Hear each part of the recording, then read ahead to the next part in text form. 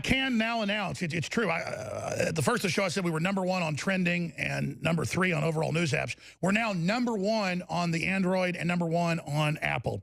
So that just happened. We are #1 against apps that have been up there for years, like the Huffington Post and CNN. They are flipping out.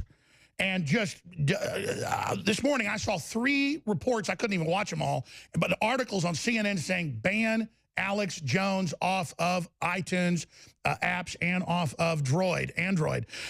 Gavin, I hate to make this about me, but this is getting absolutely, totally insane. I launched an app 3 weeks ago, figuring all this was coming up, a new one. This happens, and it has got a 4.9 stars.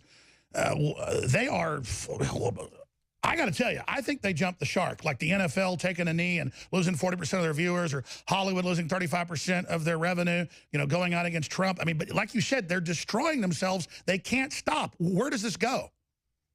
Well, it goes with starvation, with information starvation. It goes with a socialist country that starts to eat itself, like we're seeing this in Canada.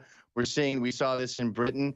They open the borders to mass immigration, and they say, replace this population. I want people who owe me one. And the next thing you know, the country's gone.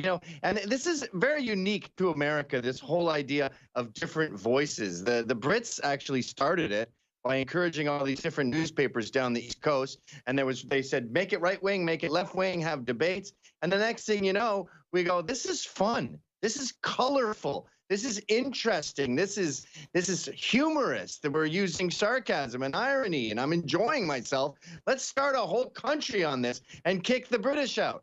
And they did. And now we're getting back to this monarchy mentality where we can't have conspiracy theories. What the hell is the matter with a conspiracy theory? That's called a theory about someone conspiring. And you had a bunch of conspiracy theories about how they were going to the government was going to try to deplatform you. Turns out that's not a theory anymore. It's a fact. This is like a war on curiosity, fun, humor. It's a war on color. It's a war on what makes America great. Well, you're right. You're right. I kind of self-censored myself Sunday morning. I get up. They say a drone has shot missiles at Maduro. I watch all the footage. I go, it's probably a false flag. He's a dictator. He's teetering on collapse. Brazil's have to close its border because millions are trying to flee, just like we're having to. Oh, but they're not racist when they do. And so I didn't do anything on it. And then suddenly I read the mainstream news. They go, the U.S. government thinks he staged it, or it didn't even happen, or a gas main blew up in a building across the street. The point is, known liars, you don't believe them, you question them. It doesn't mean that you're sure it didn't happen or did. You have a right to question known liars, and that's the point. But what about the fact that 4 million people have already fled Venezuela in the last 6 months, and now millions are trying, like zombie apocalypse, to flee socialism into Brazil that has its own problems. Brazil's going the way of Trump in their election, so they're trying to ban free speech. I mean, this is crazy. Yeah, it's a disturbing pattern. And you know what they say the left says to that, right? They go, no. Venezuela, Cuba, Russia, China, Cambodia, North Korea. None of that is the kind of socialism I want. I want Finland. I want Norway. I want all these Northern European countries. And you go, they're on the way down. They're using the money they had when they were free market, and they're literally spending their grandparents' and their parents' money. So that's not a model we want to mimic. And this whole idea of socialism being the future of the Democratic Party, which many Democratic politicians will proudly say is the end of America. And the thing that scares me about that is they don't just want to change America, like the classical liberals wanted to alter some bad things, and I think they were wrong, but at least they had a plan. This is just, let's burn it to the ground. They don't want to debate. They don't want the truth to come out. They don't want to, get to something that's more a meritocracy.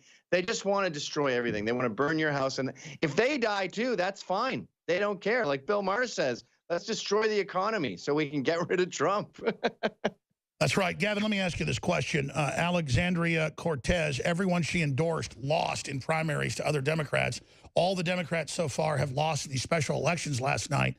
I think this is going to send them into even more shrill, like you said, obsessed, crazy old girlfriend, fatal attraction mode.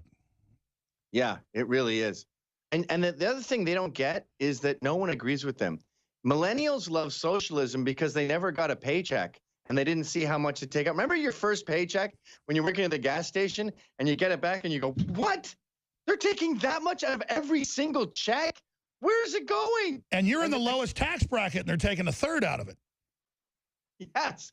Yeah, the amount of tax I pay has been going up every year my entire life. And I can't take it anymore. I'm mad. Well, I've gone to big tax lawyers and top ones, and they go, listen, Alex, you know, the amount of money you have isn't that much anyways. You can't do stuff offshore. All the big boys are allowed to. All the elites go to the special law firms that are run by former attorney generals, and then they all pay zero tax.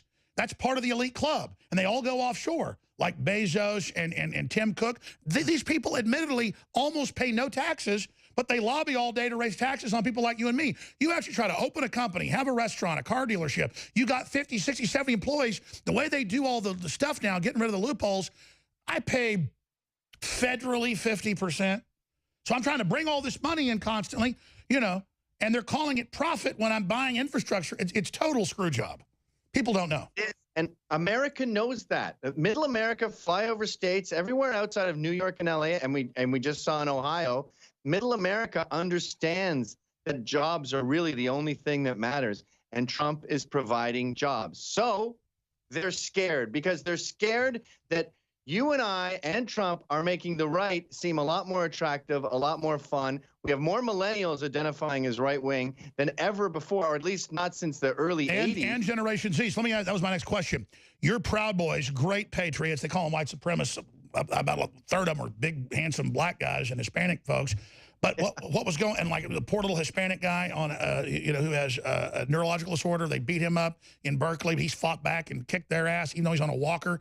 I mean, these are the images they can't stand. And those are all the videos, I think were the last straw, that had millions of views despite their shadow ban on our Facebook and our YouTube fan pages. So they panicked when we had 4 reporters covering the event in Portland, the event in Berkeley, where thousands showed up.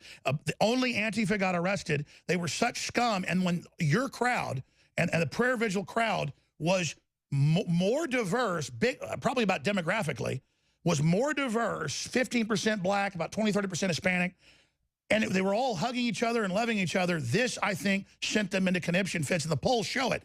Double the number of Hispanics and African Americans are supporting Trump and Republicans than they were just 6 months ago. This is a landslide. I don't know what they're going to do. Yeah, they hate that their pet blacks have left the plantation. And you'll notice they don't talk about David Duke or Richard Spencer or avowed white nationalists. They throw that around at people like you and me because they know it's not true, and they have to do something to sink us because they know we have this massive appeal. They know we're funny. They know when you had the tinfoil hat on your head, you're being hilarious. But they go, I can't show that. I have to push the big lie and get these people out. Like, you know what's a great example of all this bullshit propaganda? Excuse my language. Dinesh D'Souza. He has 0% critics rating on Rotten Tomatoes and 90% audience rating. I mean, doesn't that sum up the massive agenda the left has? Say that again. Say that again. The little imperiums, you know, who give fake ratings to whoever pays them, that's well known for terrible movies. You know, the people at Rotten, the establishment has a total negative rating for D'Souza's amazing film, but the public's 90%. It shows the fraud. It's a massive, giant gap. And Charles Murray talked about this in Coming Apart. We have a massive gap now between the elites and the Midwest. And at least, you know, at least the monocle-wearing elites of the past, they knew they were distant. They had their top hats and they had their scented handkerchiefs they put on their face when they walked by the poor.